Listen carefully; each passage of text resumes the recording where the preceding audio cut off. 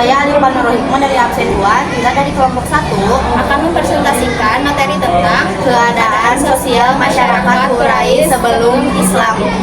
Yang pertama, struktur sosial yang kompleks. Masyarakat Quraisy sebelum Islam memiliki hierarki sosial yang jelas dan sangat berpengaruh dalam kehidupan sehari-hari. Yang pertama ada golongan bangsawan. Golongan ini terdiri dari suku-suku Quraisy yang terkemuka seperti Bani Hashim, dikenal sebagai penjaga Ka'bah dan pengurus tamu Allah. Yang kedua Bani Umayyah, memiliki pengaruh besar dalam perdagangan internasional dan kekuasaan politik. Golongan ini hidup mewah, memiliki tanah, budak, dan akses luar ke perdagangan regional. Dan yang kedua ada golongan pedagang menengah. Pedagang menengah bekerja dalam perdagangan lokal, berdagang barang-barang kebutuhan sehari-hari seperti pakaian dan makanan. Yang ketiga ada golongan budak dan fakir miskin. Adalah komoditas yang diperdagangkan. Mereka bekerja sebagai pelayan, pengembala, atau buruh kasar. Orang miskin hidup di bawah garis kemiskinan dan tidak memiliki kekuatan sosial maupun perlindungan hukum. Keempat ada dampak struktur sosial. Struktur ini menghasilkan masyarakat yang sangat terfragmentasi dengan hubungan antara golongan didasarkan pada kekayaan, kekuasaan, dan keturunan. Mereka yang berada di lapisan bawah cenderung mengalami penindasan. Materi kedua, kehidupan agama. Masyarakat Quraisy pada masa itu mengikuti berbagai bentuk kepercayaan yang sebagian besar bersifat politeistik. Bangsa Arab Quraisy telah mengikuti dan meyakini agama Nabi Ibrahim dan Nabi Ismail, yaitu agama Hanifiyah. Hanif artinya benar dan lurus. Pembauran dan pergaulan dengan bangsa lain mempengaruhi kepercayaan mereka yang kemudian muncul keraguan dan akhirnya berubah menjadi penyembah berhala yang dibawa oleh Amr bin Lu'ay al-Huzai. Menurut Ibnu Qalbi, yang menyebabkan bangsa Arab akhirnya menyembah berhala dan batu ialah siapa-siapa yang meninggalkan kota Mekah selalu membawa batu yang diambil dari batu-batu yang ada di haram Ka'bah dengan maksud untuk menghormati haram itu dan untuk memperlihatkan cinta mereka kepada kota Mekah. Dengan demikian, jelas betapa agama Nabi Ibrahim telah bercampur aduk dengan kepercayaan Wasani. Berhala sebagai perantara kepada Tuhan. Mereka mempercayai sekitar 360 berhala yang ditempatkan di sekitar Ka'bah. Berhala-berhala besar yang bernama Hubal. Hubal ini terbuat dari batu aki berwarna merah berbentuk manusia, yaitu dewa mereka yang terbesar, menjadi simbol kekuatan spiritual bagi suku-suku tertentu. Di samping itu, banyak lagi berhala-berhala yang lain, di antaranya Al-Lata. Tempatnya di Taif. Menurut Sakif, penduduk Taif, Al-Lata ini adalah berhala yang paling tua.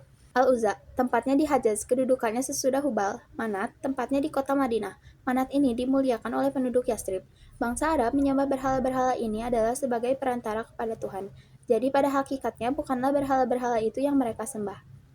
Beberapa pemujaan yang dianut oleh bangsa Arab sebelum datangnya Islam. 1. Menyembah malaikat. Malaikat-malaikat dianggap putra-putri Tuhan. 2. Menyembah jin atau darahim, ruh dan hantu, agar selamat dan terhindar dari segala bencana. 3. Menyembah bintang-bintang. Dianggap bintang-bintang diberi kekuasaan penuh oleh Tuhan untuk mengatur alam ini. 4. Menyembah berhala. 5. Agama Yahudi yang masuk ke Jazirah Arab tahun 1491 sebelum Masehi dan Nasrani atau Kristen yang masuk ke Jazirah Arab sekitar abad ke-4 Masehi. Bagian ketiga ada kondisi ekonomi. Ekonomi masyarakat Quraisy bertumpu pada perdagangan dan beberapa aktivitas lain. Yang pertama, perdagangan internasional. Quraisy menguasai jalur perdagangan antara Yaman di selatan dan Syam Suriah di utara, memanfaatkan letak strategis Mekah sebagai pusat perdagangan. Barang-barang seperti rempah-rempah, emas, perak, dan lain diperdagangkan. Kafilah dagang Quraisy terkenal besar dan dilindungi dengan baik selama perjalanan. Yang pertama ada pasar musiman. Mereka mengadakan pasar besar seperti pasar Uka yang menjadi ajang transaksi ekonomi dan budaya. Yang kedua ada eksploitasi ekonomi. Kaum kaya memperkaya diri dengan meminjamkan uang kepada yang miskin dengan sistem riba. Praktik perbudakan juga menjadi bagian penting di ekonomi dengan budak dijadikan alat kerja tanpa bayaran. Yang keempat ada budaya dan moralitas. Budaya masyarakat Quraisy sangat dipengaruhi oleh nilai-nilai kesukuan yang mengakar kuat. Yang pertama ada fanatisme suku. Tiap individu sangat terikat dengan suku dan klannya. Kekuatan suku menentukan perlindungan, status, dan kehormatan seseorang. Hal ini seringkali memicu konflik antar suku. Pertama, sikap terhadap perempuan. Perempuan dianggap lemah dan hanya berfungsi sebagai objek yang diwariskan. Pembunuhan bayi perempuan sering dilakukan karena dianggap sebagai aib dan beban. Perempuan tidak memiliki hak waris atau hak untuk memilih pasangan. Yang kedua ada penyimpangan moral. Minuman keras, perjudian, dan prostitusi adalah hal lumrah. Hidup tanpa aturan hukum jelas menyebabkan sering terjadinya kejahatan dan ketidakadilan. 5. Hukum dan keadilan. Tidak ada sistem hukum yang terorganisir. Hukum rimba, yang kuat menguasai yang lemah. Orang miskin dan budak tidak memiliki perlindungan hukum. Penyelesaian konflik. Konflik sering diselesaikan melalui pertumpahan darah atau keputusan dari pemimpin suku. Materi ke-6. Kehidupan sosial.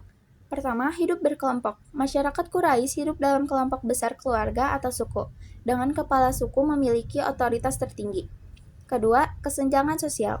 Kaum miskin seringkali menjadi objek eksploitasi oleh kaum kaya. Ketiga, sistem perlindungan atau hilf. Meskipun tidak ada hukum formal, beberapa perjanjian antara suku dibuat untuk melindungi kepentingan bersama, seperti Hilf al-Fudul, perjanjian kebajikan. Materi ke-7, pendidikan dan sastra. Pertama, keterbatasan akses pendidikan. Sebagian besar masyarakat Quraisy buta huruf. Mereka yang bisa membaca dan menulis dianggap sebagai kaum terdidik dan langka. Kedua, sastra Arab. Masyarakat Quraisy memiliki tradisi syair yang kuat. Penyair memiliki kedudukan tinggi dan dianggap sebagai representasi kehormatan suku. Puisi digunakan untuk memuji suku sendiri atau mencela suku lain. Dan yang terakhir ada kesimpulan. Sebelum Islam, masyarakat Quraisy hidup dalam kondisi yang penuh ketimpangan sosial, moralitas yang rendah, dan kehidupan religius yang dipenuhi oleh politisme. Kehidupan yang berorientasi pada materialisme, kesukuan, dan eksploitasi membuat Islam datang sebagai revolusi besar yang membawa nilai-nilai keadilan, persamaan, dan kasih sayang.